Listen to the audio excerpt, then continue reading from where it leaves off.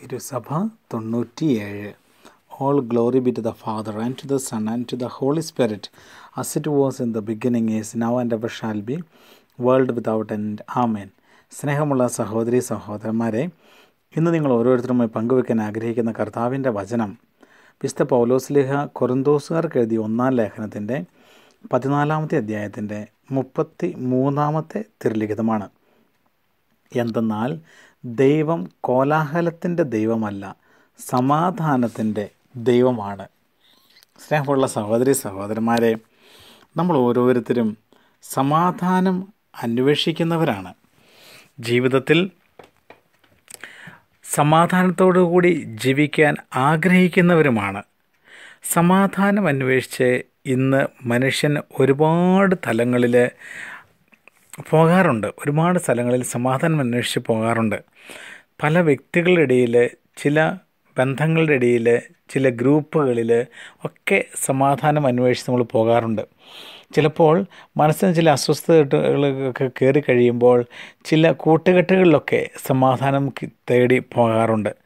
ഇല്ലെങ്കിൽ ചില പുസ്തകങ്ങളിലേക്കോ മീഡിയകളിലേക്കോ അതുപോലെ മാധ്യമങ്ങളിലേക്കൊക്കെ സമാധാനം തേടി ചെല്ലുന്ന സാഹചര്യങ്ങളുണ്ട്. അപ്പോൾ പ്രിയമുള്ള സഹോദരങ്ങളെ, മനുഷ്യൻ്റെ ജീവിതത്തിൽ എപ്പോഴും മനുഷ്യൻ അന്വേഷിച്ചു കൊണ്ടിരിക്കുന്ന ഒരു കാര്യമാണ് സമാധാനം. എന്നാൽ പലപ്പോഴും മനുഷ്യന് ലഭിക്കാതെ പോകുന്നത് ഒന്നുമാണ് സമാധാനം. ഒരു സമാധാനത്തിന് വേണ്ടി മനുഷ്യൻ ഒരുപാട് ആഗ്രഹിക്കുന്നുണ്ട്. എന്നാൽ സഹോദരങ്ങളെ, ഇന്ന് വചനം പഠിപ്പിക്കുന്ന ഇപ്രകാരമാണ്.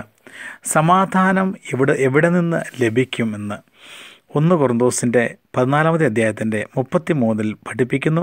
എന്തെന്നാൽ ദൈവം കോലാഹലത്തിൻ്റെ ദൈവമല്ല, സമാധാനത്തിൻ്റെ ദൈവമാണ്. സമാധാനത്തിൻ്റെ ദൈവത്തിൽ നിന്ന് മാത്രമാണ് യഥാർത്ഥമായ സമാധാനം നമുക്ക് ലഭിക്കുകയുള്ളൂ. അതുകൊണ്ട് സമാധാനം അന്വേഷിക്കുന്ന മനുഷ്യൻ അത് ദൈവത്തിൽ അന്വേഷിക്കണം എന്ന് ഈ വിശുദ്ധലിഖിത ഭാഗങ്ങൾ നമ്മെ ഓർമ്മിപ്പിക്കുകയാണ്.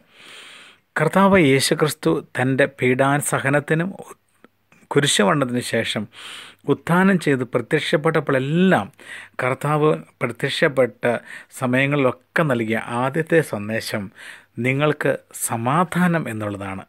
സമാധാനത്തിൻ്റെ വക്താവാണ് കർത്താവായ യേശുക്രിസ്തു. യേശുക്രിസ്തുവിൽ വിശ്വസിക്കുകയും തങ്ങളുടെ ജീവിതങ്ങളെ യേശുക്രിസ്തുവിന് സമർപ്പിക്കുകയും സമാധാനത്തോടെ ജീവിക്കാൻ ആഗ്രഹിക്കുകയും ചെയ്യുന്ന വ്യക്തികളുടെ ജീവിതങ്ങളിൽ സമാധാനത്തിൻ്റെ വക്താവായ യേശുക്രിസ്തു ഇടപെടും എന്നുള്ളത് സത്യമാണ്. അതുകൊണ്ടാണ് സഹോദരങ്ങളെ, വീണ്ടും ലൂക്കായുടെ സുവിശേഷത്തിൻ്റെ 10-ാമത്തെ അധ്യായത്തിൻ്റെ ആരംഭ ഭാഗത്ത് 72 ശിഷ്യന്മാരെ അയക്കുന്ന സമയത്ത് കർത്താവ് ഇപ്രകാരം അവരോട് പറയുന്നുണ്ട്: നിങ്ങൾ ഏത് ഭവനത്തിൽ പ്രവേശിക്കുമ്പോഴും ആ ഭവനത്തിന് സമാധാനം എന്ന് ആശംസിക്കണമെന്ന്. ഈ സമാധാനം അവിടെ നിലനിൽക്കുവാൻ സാധ്യതയുള്ള കുടുംബങ്ങളിൽ, സമാധാനത്തിൻ്റെ മക്കളുള്ള കുടുംബങ്ങളിൽ സമാധാനം നിലനിൽക്കുമെന്ന് കർത്താവ് പഠിപ്പിക്കുകയാണ്. അതുകൊണ്ട് പ്രിയമുള്ള സഹോദരങ്ങളെ, ദൈവം നമ്മുടെ കർത്താവ് യേശുക്രിസ്തുവാണ് സമാധാനം, യഥാർത്ഥ സമാധാനം നമുക്ക് നൽകുന്ന ദൈവം. അതുകൊണ്ട് നമ്മൾ സമാധാനം അന്വേഷിക്കുമ്പോൾ, കുടുംബത്തിൽ മനസ്സിൽ അസ്വസ്ഥതകളുണ്ടാകുമ്പോൾ കർത്താവിനെ വിളിച്ച് സമാധാനത്തിന് വേണ്ടി യാചിക്കുക.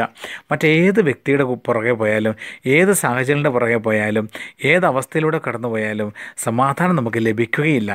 ശാശ്വതമായ അല്പസമാധാനം ലഭിച്ചെന്നിരിക്കാം, എന്നാൽ നിത്യമായ നിലനിൽക്കുന്ന സമാധാനം കർത്താവ് യേശുക്രിസ്തുവിൽ നിന്ന് മാത്രമേ നമുക്ക് ലഭിക്കുകയുള്ളൂ. അതുകൊണ്ട് മനസ്സ് അസ്വസ്ഥമാകുമ്പോൾ യേശു നാമം വിളിച്ച് പ്രാർത്ഥിക്കുക. അവൻ കോലാഹലത്തിൻ്റെ ദൈവമല്ല, അവൻ സമാധാനത്തിൻ്റെ ദൈവമാണ്. യേശു നാമത്തിൻ്റെ ശക്തി നമ്മുടെ ജീവിതങ്ങളിൽ കടന്നു വരികയും നമ്മുടെ ജീവിതങ്ങളിൽ സമാധാനം നിറയ്ക്കുകയും ചെയ്യും. യേശു നാമം നമ്മുടെ അധരങ്ങളിൽ ഉരുവിട്ടുകൊണ്ട് ഏത് പ്രതികൂല സാഹചര്യങ്ങളെയും അതിജീവിക്കാനായിട്ട് നമുക്ക് സാധിക്കും. അതുകൊണ്ട് നമ്മൾ കർത്താവ് യേശുക്രിസ്തുവിൽ വിശ്വസിക്കുകയും ആ സമാധാനം സ്വീകരിക്കുകയും ചെയ്യുന്ന മക്കൾ, നമ്മളിൽ നിന്ന് കർത്താവായ യേശുക്രിസ്തുവിൻ്റെ ആഗ്രഹമുണ്ട് നമ്മളും സമാധാനത്തിൻ്റെ വക്താക്കളാക്കി മാറണമെന്ന്. നമ്മുടെ കുടുംബത്തിൽ, സമൂഹത്തിൽ, ജോലി മേഖലകളിൽ, നമ്മുടെ ഏത് സാഹചര്യങ്ങളിൽ നമ്മളുമായിട്ട് മറ്റ് വ്യക്തികളൊക്കെ സംസാരിക്കുമ്പോൾ ദൈവത്തിൻ്റെ സമാധാനം അവർക്ക് അനുഭവിക്കത്തക്ക രീതിയിൽ നമ്മുടെ വാക്കിലൂടെ, പ്രവൃത്തിയിലൂടെ നമ്മളത് പങ്കുവെച്ച് കൊടുക്കണമെന്ന് കർത്താവിൻ്റെ ഒരാഗ്രഹമാണ്. നമ്മൾ ഓരോരുത്തരും സമാധാനത്തിൻ്റെ വക്താക്കളായി മാറണം. ഇന്ന് നമ്മുടെ ജീവിതത്തിൽ നമ്മുടെ വാക്കുകൊണ്ടോ പ്രവൃത്തി കൊണ്ടോ ഏതെങ്കിലും വ്യക്തികളുടെ ജീവിതത്തിലെയോ കുടുംബത്തിലൊക്കെ സമാധാനം നഷ്ടപ്പെടുന്ന എന്തെങ്കിലും നമുക്ക് സാഹചര്യം ഉണ്ടെങ്കിൽ അവ കർത്താവിൻ്റെ കരങ്ങൾക്ക് ഏൽപ്പിച്ചു കൊടുത്തുകൊണ്ട് നമ്മൾക്ക് സമാധാനത്തിൻ്റെ വക്താക്കളാക്കി മാറ്റുവാൻ, സമാധാനത്തിൻ്റെ ദൈവത്തിൽ നിന്ന് പ്രത്യേകമായ അഭിഷേകം നമുക്ക് യാചിച്ച് നേടിയെടുക്കാം. സർവശക്തനായ ദൈവം നിങ്ങളെ ഓരോരുത്തരെയും സമാധാനത്തിൻ്റെ വക്താക്കൾക്ക് മാറ്റട്ടെ. ദൈവം കോലാഹലത്തിൻ്റെ ദൈവമല്ല, സമാധാനത്തിൻ്റെ ദൈവമാണെന്ന വചനം നമ്മുടെ ഓരോരുത്തരും ജീവിതങ്ങളിൽ മാംസം ധരിക്കട്ടെ. അങ്ങനെ കർത്താവിൻ്റെ സമാധാനം നമ്മൾ അനുഭവിക്കുകയും ജീവിതങ്ങൾ പൂർണ്ണമായി യേശുക്രിസ്തുവിന് സമർപ്പിക്കുകയും യേശുക്രിസ്തുവിൻ്റെ സമാധാനം അനുഭവിച്ചുകൊണ്ട് അനേകർക്ക് നമ്മളെ സമാധാനം പകർന്നു കൊടുക്കുകയും ചെയ്യുവാൻ സർവശക്തനായ ദൈവം നമ്മളെ ഓരോരുത്തരെയും ശക്തിപ്പെടുത്തട്ടെ. God bless you all.